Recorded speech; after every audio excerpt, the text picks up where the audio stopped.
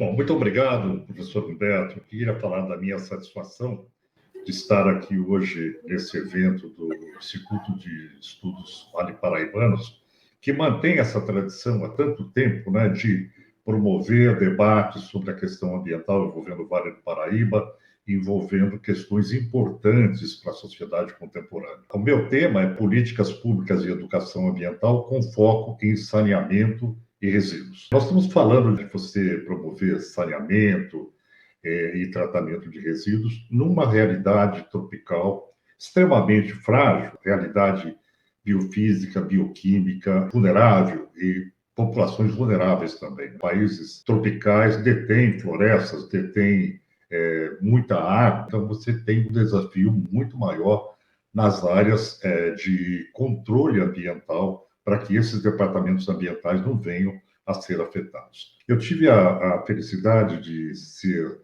coordenador do programa Metrópolis Saudáveis, em parceria com a OMS, e nós comparamos várias metrópoles do mundo e todas, sem exceção, na América, pelo menos, que foi o nosso caso de estudo, México, Buenos Aires, São Paulo, La Paz, são metrópoles que têm desafios comuns, são impulsionadas por um grande processo de ocupação de solo de forma predatória e uma realidade difícil para se manter a qualidade ambiental. E um dos grandes desafios é o saneamento. Então, ao passo que nós temos uma realidade ambiental frágil, né?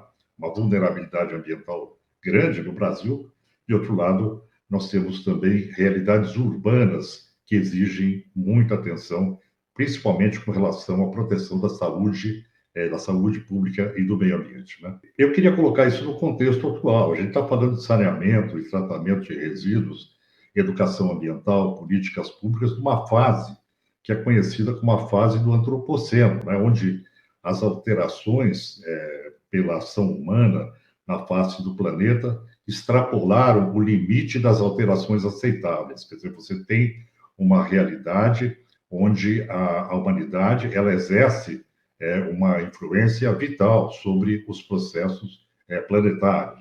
E aí, no modelo econômico altamente predador, a proposta de uma alteração de uma economia para uma economia mais verde, para uma economia voltada à sustentabilidade, é um desafio, está sendo tentado hoje por várias iniciativas, mas ainda é um processo de transformação muito lento. E aqui nós entramos um pouco nessa realidade da transição ecológica, né? Que você tem que mudar os sistemas de gestão e o modelo civilizatório para um modelo mais adequado aos limites que o planeta nos oferece. Essa realidade de extrapolamento dos limites das alterações aceitáveis nos levou a várias fronteiras planetárias que estão sendo rompidas. Olhando esse gráfico, a parte verde é o que seria uma área aceitável de interação homem-natureza, homem-planeta, e, por outro lado, a área em laranja já é uma área de extrapolamento da capacidade de suporte dos diversos ecossistemas. Um dos mais importantes que está sendo rompido é a questão do clima, que é uma grande luta hoje para se manter a temperatura global em 1,5 grau. A gente já sabe que isso é praticamente impossível por uma série de questões de caráter geopolítico, enfim, de manutenção de velhos sistemas baseados em combustíveis fósseis. Por outro lado, você tem uma situação de materiais sintéticos, químicos criados pelo homem que invadem o ambiente e levam a um desequilíbrio ambiental. Um exemplo disso são os plásticos nos oceanos. E temos também os desafios de proteção da água, né, que já estão também extrapolando, principalmente a água verde, a água da desertificação de florestas, a água da desertificação da floresta amazônica, por exemplo. Essas fronteiras planetárias, olhado do ponto de vista de resíduos e saneamento, 3 delas têm essa ligação com a questão de saneamento. A principal delas é, sem dúvida, a questão das mudanças climáticas, e a segunda é a questão das substâncias que podem permanecer no ambiente de uma forma a afetar significativamente a qualidade de vida. Na questão do clima, para a qual o saneamento contribui, principalmente a emissão de aterros sanitários. Você tem aí, hoje, o que é considerado como incerteza radical, porque a gente não tem um parâmetro na série histórica que nos permita projetar o futuro, né? Então, o mês de julho foi considerado, por esse estudo da Berkeley, como o mês mais quente da história. E esse gráfico dá para perceber exatamente qual foi a diferença. A linha preta representa a linha do ano de 2023. Então, nós estamos, assim, acima do que era esperado em termos de evolução da temperatura mais quente. E, por outro lado, nós estamos também numa perspectiva de compreender, até mesmo através da incerteza radical, quer dizer, não se tem uma projeção de quais os efeitos disso, mas o que os cientistas estão dizendo é que os efeitos das mudanças climáticas estão além do que era esperado em termos de consequência. Eu queria colocar essa questão dos objetivos do desenvolvimento sustentável, que são 17 desses objetivos, pelo menos 9 diretamente estão ligados a saneamento e tratamento de resíduos, né? Saneamento, conjunto de serviços, infraestrutura, estações operacionais de abastecimento de água, esgotamento sanitário, limpeza urbana, drenagem urbana, manejo de resíduos sólidos e águas pluviais. Grosso modo, só para a gente estabelecer o escopo. Dos rios brasileiros, nós temos uma grande parte, aproximadamente 110 mil quilômetros, estão com excesso de carga orgânica, índice de DBO muito elevado, o que impossibilita o uso desses rios para abastecimento humano. Então, você tem aí uma realidade hoje de aproximadamente 50% da água em território nacional ainda possível de aproveitamento, e o restante já comprometido, né? Isso demonstra um pouco do antropoceno, que as alterações feitas pela sociedade no meio ambiente, elas acabam extrapolando o limite das alterações aceitáveis, trazendo uma série de dificuldades em termos de custo de tratamento, a necessidade de buscar água em distâncias maiores, como, por exemplo, São Paulo. Tem o rio Tietê, que atravessa a metrópole, e, por outro lado, vai buscar água na bacia do Piracicaba, Capivari, Jundiaí, através do sistema Cantareira. Na questão do tratamento de esgoto, 55% do esgoto ele tem um tratamento considerado adequado, mas ainda a gente tem 18% coletado e não tratado e 27% sem coleta nem tratamento. Então, aí também se tem uma dimensão de quanto a gente precisa avançar na questão do tratamento de esgoto. Eu queria falar um pouquinho da carga difusa. Uma cidade como São Paulo, como exemplo de metrópole, ou o próprio Vale do Paraíba, no conjunto das suas cidades, acaba lançando no Rio Paraíba do Sul uma série de componentes que são considerados como carga difusa, que são inúmeras fontes de poluição que possuem um efeito sinérgico. Então, você tem aí desgaste do asfalto, lixo acumulado nas ruas, sobras de materiais, restos de combustível, óleo, graxa, efluentes de fossas, vazamento de tanques, restos de óleo lubrificante, produtos tóxicos despejados de sarjetas e bueiros. Quer dizer, o tratamento, o saneamento, ele não se restringe à questão clássica do tratamento do esgoto, como a gente trata, por exemplo, o esgoto do Rio Tietê ou o esgoto industrial proveniente das indústrias da região metropolitana de São Paulo, mas também da presença das cidades, galerias pluviais, que acabam contribuindo para essa imensa carga difusa sinérgica, de efeito sinérgico, que acaba comprometendo a qualidade da água dos nossos rios, né? Também queria ressaltar a poluição química. Tudo que a sociedade toma em termos de medicamento é absorvido parte pelo organismo e parte não.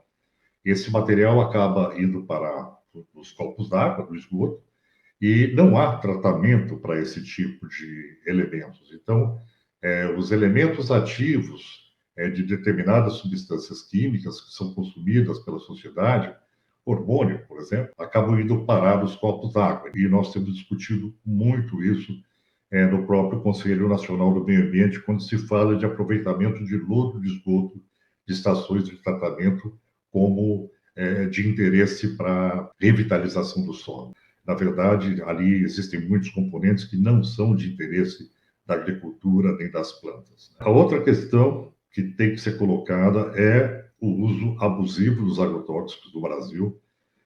E, no mínimo, o que o governo deveria estar fazendo hoje é eliminando do mercado aqueles produtos que já são comprovadamente perigosos, de acordo com a melhor literatura científica. Para se conseguir isso, basta comparar o uso de determinados produtos que já são proibidos pela comunidade europeia com justificativa técnico-científica. Com relação aos resíduos, nós temos aí 76,1 bilhões de toneladas a coleta de 2022, uma disposição adequada de 412 milhões de toneladas, 61% do coletado, e uma disposição inadequada de 29,706 milhões de toneladas, 39% do total, e aproximadamente 10% do total gerado não tem coleta e nem tratamento. Então, nós temos uma situação ainda bastante preocupante na questão dos resíduos sólidos. Isso implica em poluição do solo, em poluição das águas, dos aquíferos, etc.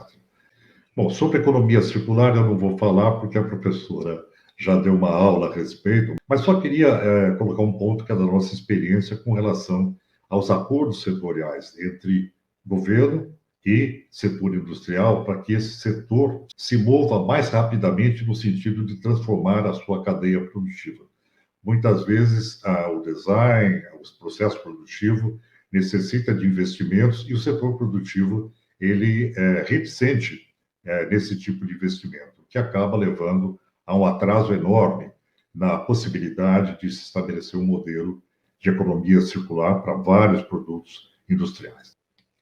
Bom, para falar sobre governança desse processo todo, controle social e políticas públicas, eu queria dar um exemplo do que é educação ambiental, do que é política pública, né, que são ações e programas desenvolvidos pelo Estado, também muitas vezes pela iniciativa privada, para garantir e colocar em prática direitos previstos na Constituição. E educação ambiental são os valores, né, o estágio da consciência humana, o zeitgeist, o espírito do tempo que a gente tem que atingir para provocar as alterações necessárias para o bem da humanidade, né?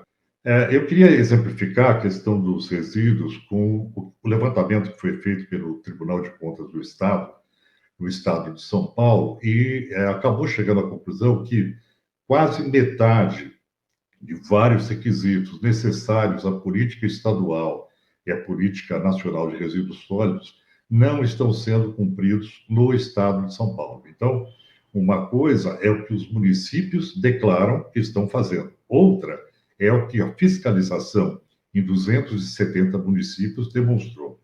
Por exemplo, a educação ambiental, relacionada à coleta seletiva.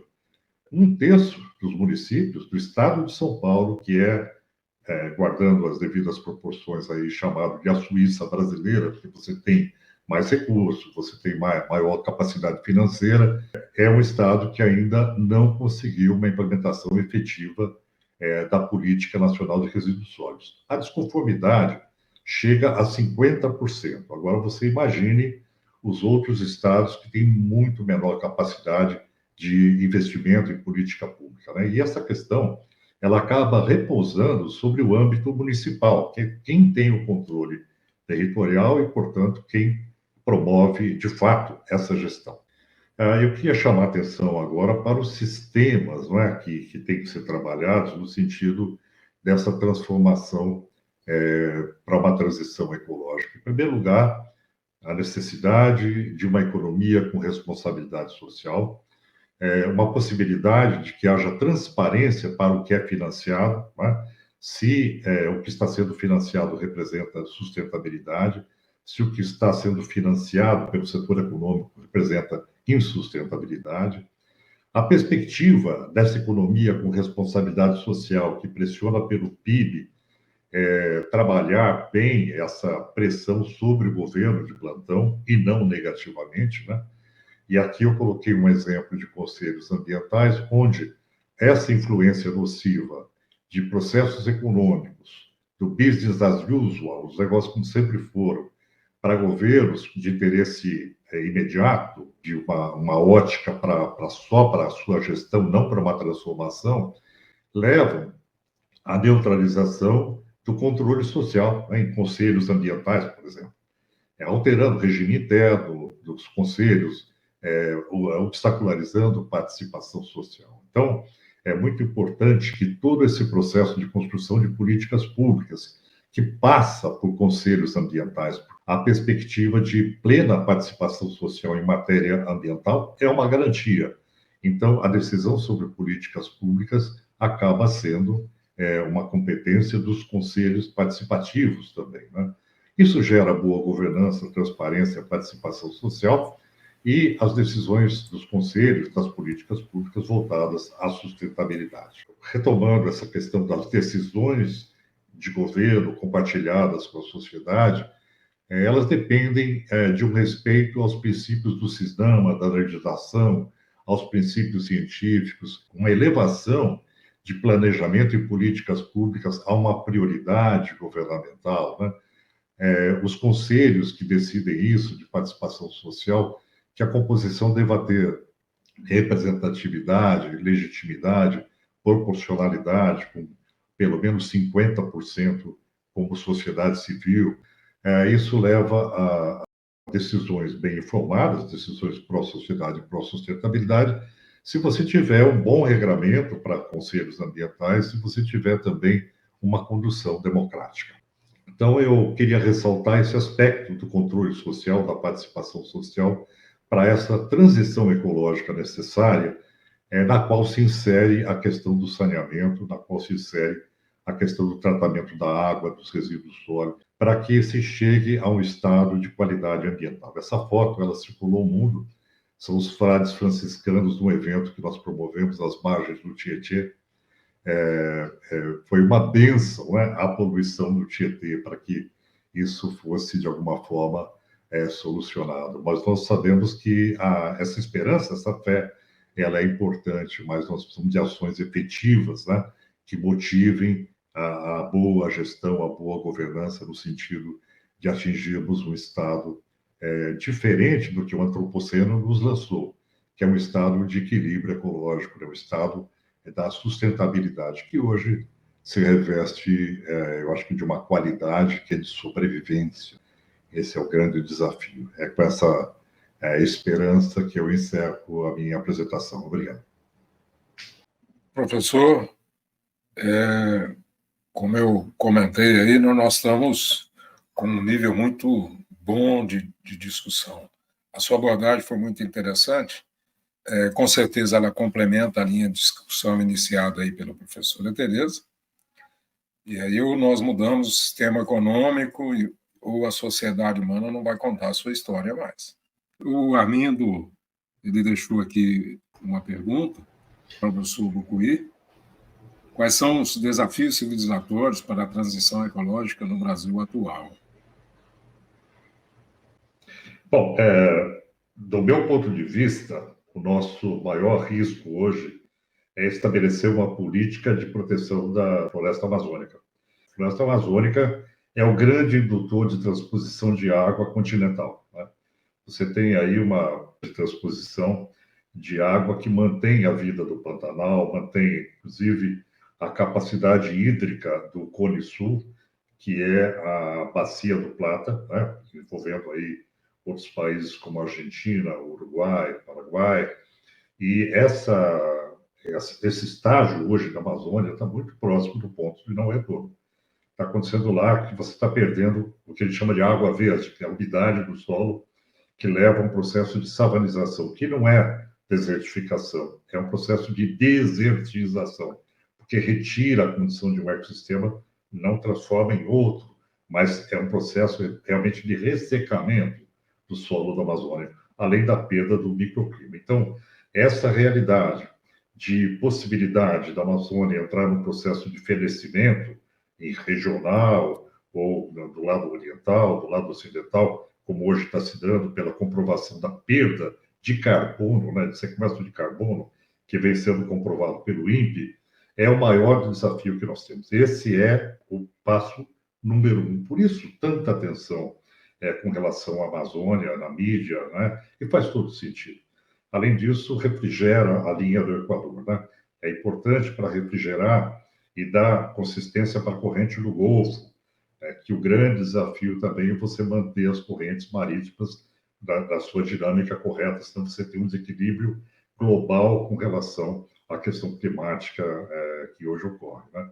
Bom, além da questão da Amazônia, eu diria que o grande problema da transição ecológica é a preparação do Brasil para as mudanças climáticas. Isso envolve a Amazônia, envolve vulnerabilidades do Brasil com relação à agricultura, à produção de alimentos, envolve a de segurança alimentar, segurança hídrica e, mais um passo à frente no futuro, a questão climática do litoral. Só lembrando que o que se diz de incerteza radical é mais ou menos dizer o seguinte: tudo que nós construímos na sociedade humana com objetivo de segurança durante o último século, que era tido como segurança de acordo com uma série histórica de pluviometria, passou a ser um processo obsoleto hoje. Você tem que reavaliar a segurança.